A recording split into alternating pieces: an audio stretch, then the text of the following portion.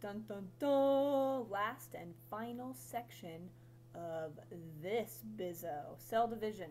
Alright, so we're on section 4, and we are nearing the end of this unit. Can you believe it? I can't. So, we've been talking a little bit about cell division. How about a lot about cell division? And if you recall from last section, we went over mitosis. Ooh la la. Here's the thing. By the end of this session, I want you to know the difference between mitosis and what we're going to talk about today. Okay?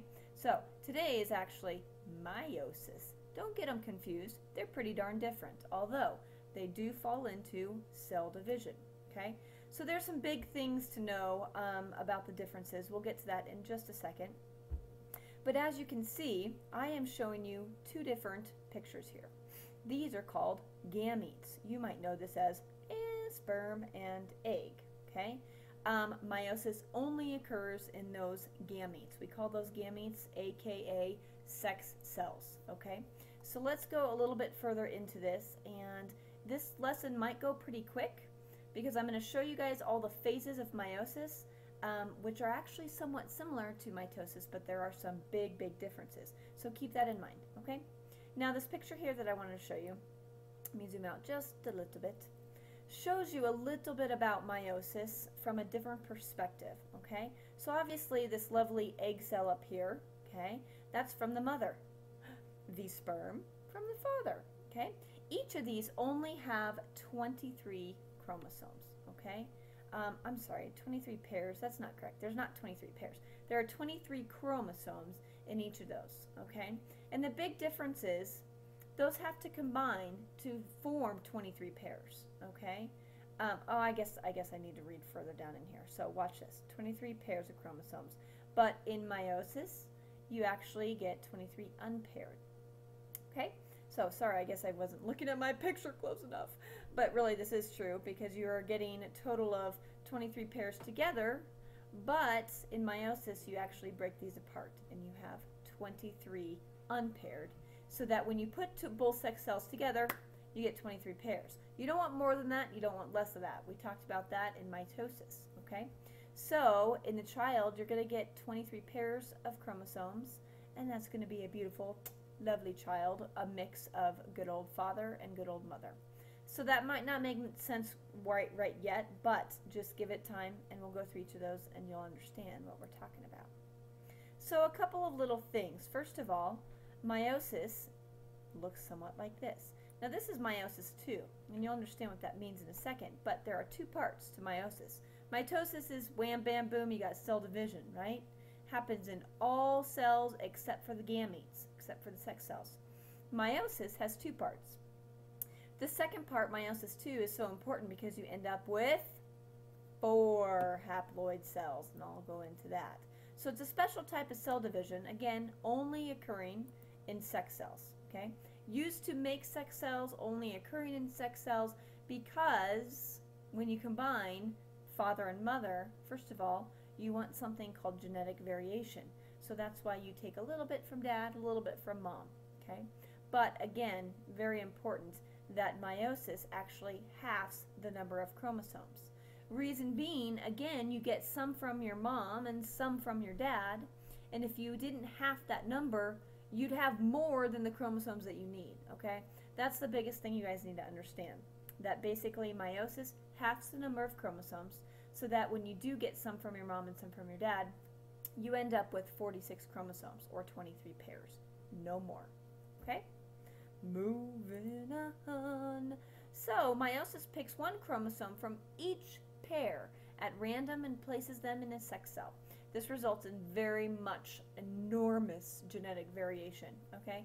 So if you look at this lovely picture of all these crazy people, and I'd probably be one of them, but these people are all very different hair color, skin color, eyes, you name it, height, different sexes, okay? So this all is a result of meiosis because you have that genetic variation due to what we call crossing over, which you'll see again in a second. Gosh, all these like buildups. So here's your genetic variation, comes from meiosis. Let's start off with the phases, shall we? So remember, there is part 1 and part 2 of meiosis. Mitosis, not so much. So we're going to name those prophase 1, metaphase 1, and so on. And then we'll go into prophase 2, metaphase 2, and so on. Okay? So prophase, if you notice, prophase 1, there's so many similarities in mitosis. If you understand mitosis, you're going to get this, no doubt. Okay?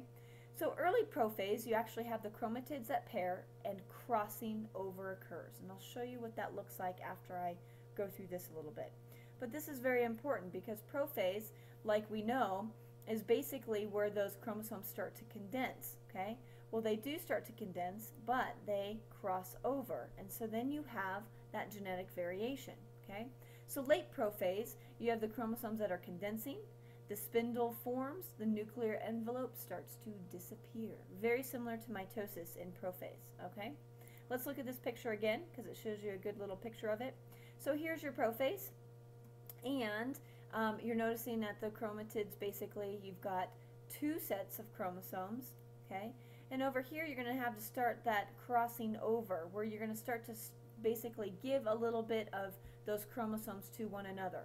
So a big thing that you have to keep in mind is in meiosis, you're not going to get an identical cell from that parent cell. In mitosis, you do.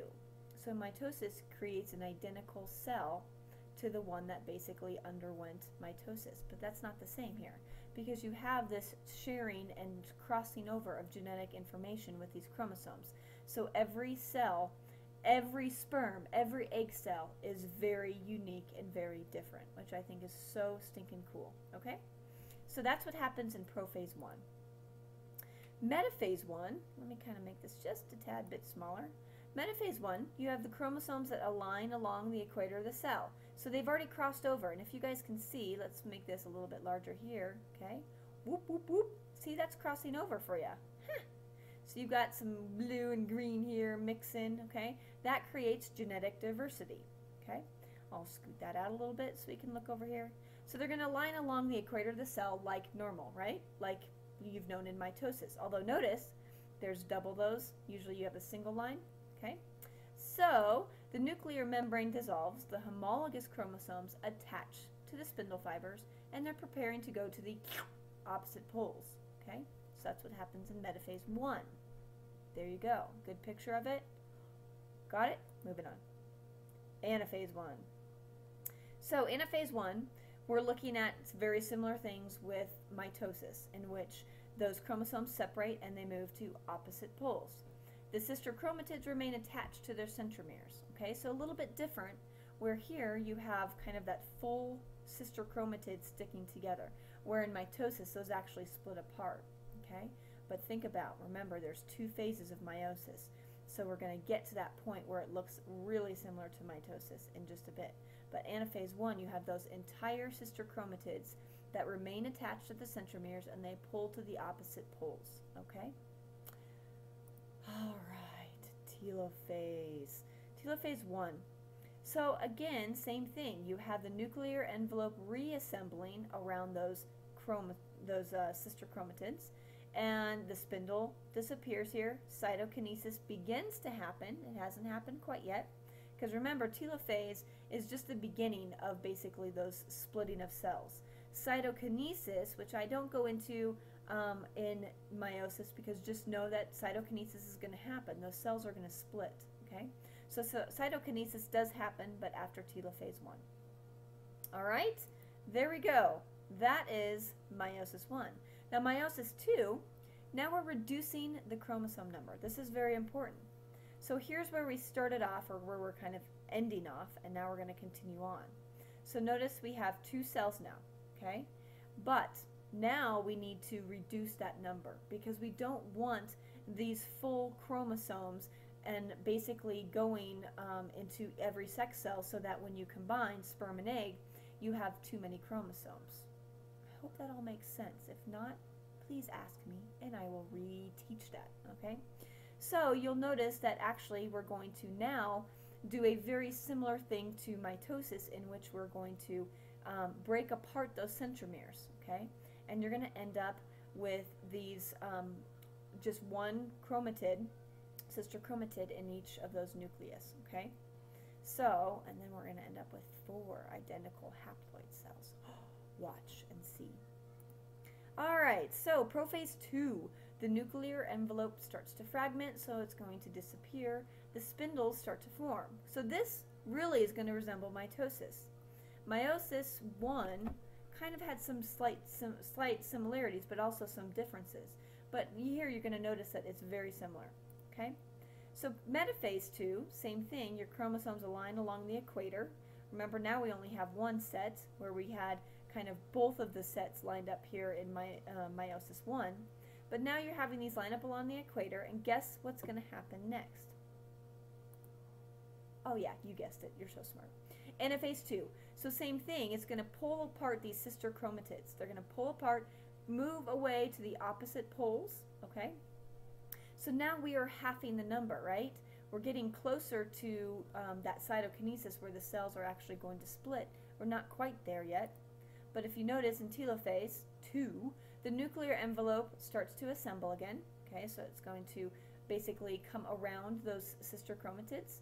The chromosomes kind of decondense, so they're going to unwind. The spindle is going to disappear, and then cytokinesis is going to start to happen, where the cell is going to divide into 2. Okay? All right, so here are some of the main results. Kind of crazy, upside down, right? I'm a little backwards and twisted myself. All right, let's turn this upside down. Right side up. Results of meiosis. It's late. You guys know I always film these at night. Results of meiosis. So here's some big things. Gamete form. Egg and sperm. Those are what are produced with meiosis. Okay? Don't forget that. There's no other cells that are formed with meiosis. Only eggs and sperm. Okay? So, with that, 4 haploid cells with 1 copy of each chromosome.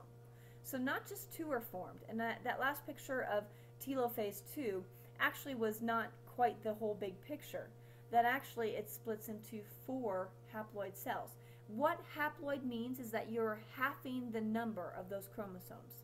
So typically we call that like a haploid would be known as N, where a diploid would be known as 2N. Diploid, you have 2 sets basically, or a set of chromosome, a pair of chromosomes.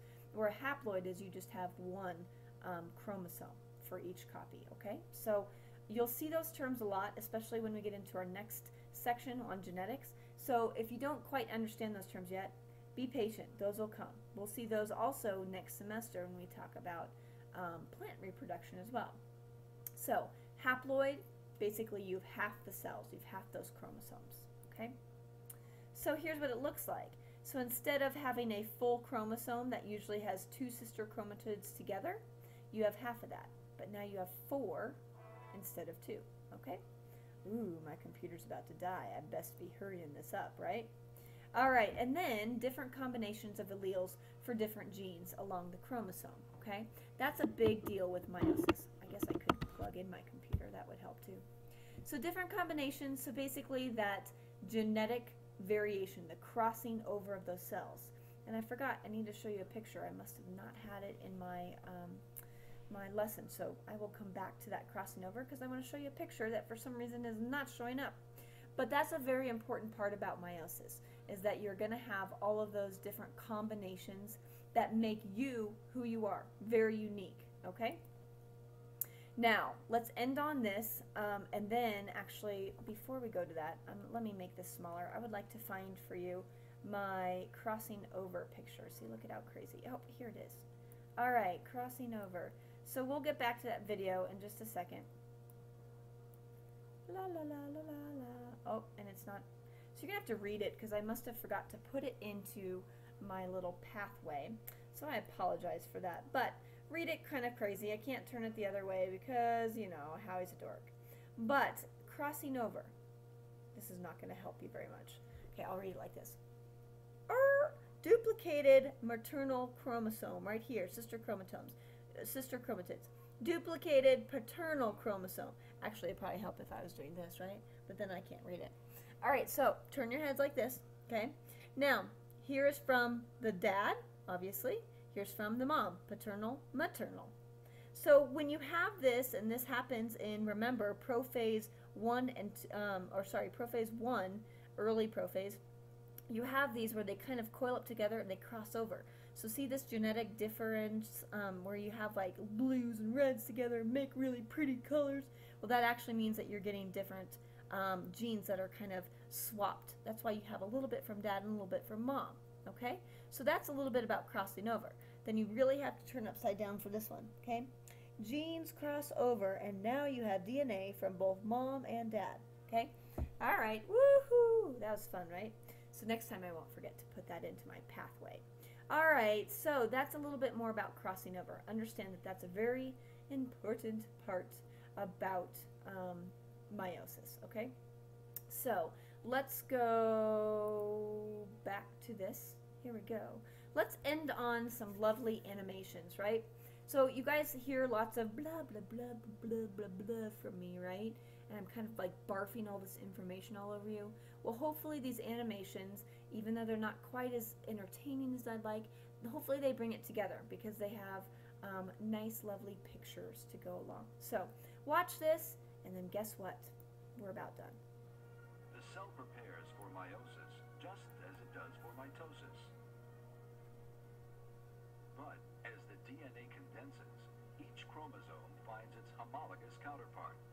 These matching pairs of chromosomes hold equivalent genetic information, one set from mother and one from father. Next comes the first shuffle of nature's genetic deck. The two homologs trade genes in a process called crossing over. This forms new hybrid chromosomes.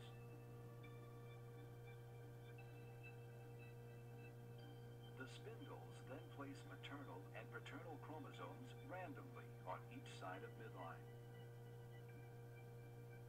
It is another shuffle that can lead to a host of different genetic outcomes.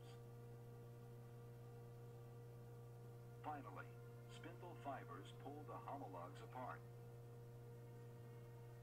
This leaves the sister chromatids intact.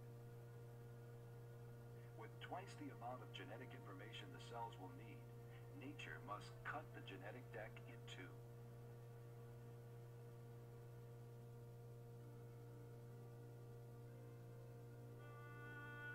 The second division produces 4 unique sets of chromosomes. Because they carry half the genetic information, we call these haploid cells. Many of them will mature into sperm and eggs, the reproductive cells called gametes.